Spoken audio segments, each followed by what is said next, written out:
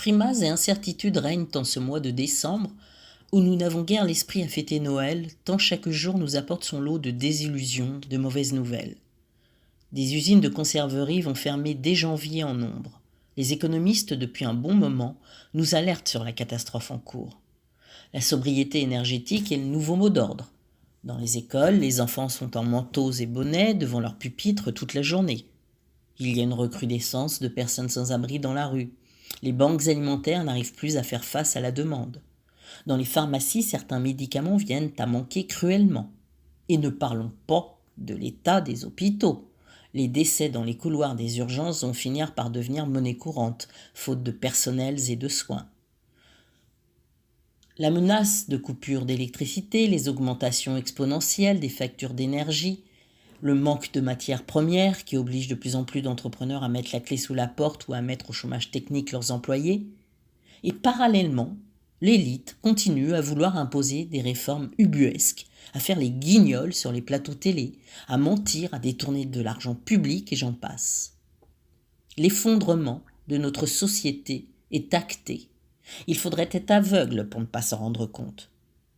Que faire, me direz-vous ? Au risque de me répéter encore et encore, il est largement temps de se responsabiliser, d'être solidaires les uns des autres, de ne plus faire l'autruche et de repenser entièrement l'avenir. Ne faisons pas comme ceux qui, soi-disant, nous gouvernent. Ne faisons pas du pis-aller, ne colmatons pas les brèches pour qu'elles cèdent aussitôt un peu plus loin, mais remettons tout à plat. Innovons, faisons preuve d'intelligence et de cœur, soyons dans le partage et réinventons-nous. L'action, alliée à une réelle réflexion en amont, nous permettra d'imaginer un autrement. Il va nous falloir prendre la réelle mesure de ce qui est, saisir les enjeux d'un renouveau total, faire preuve d'imagination, de débrouillardise, ne pas craindre de sortir de sa zone de confort et retrousser nos manches, au sens littéral comme figuré.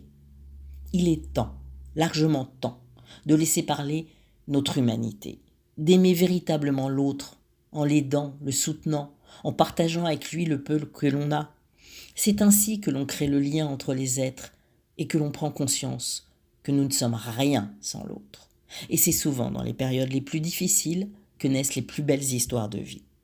Alors oui, soyons présents les uns pour les autres, resserrons les rangs, soyons soudés pour faire face, et n'oublions pas d'être malgré tout dans la joie. Le rire et l'amour, je vous assure, sont des remèdes miracles.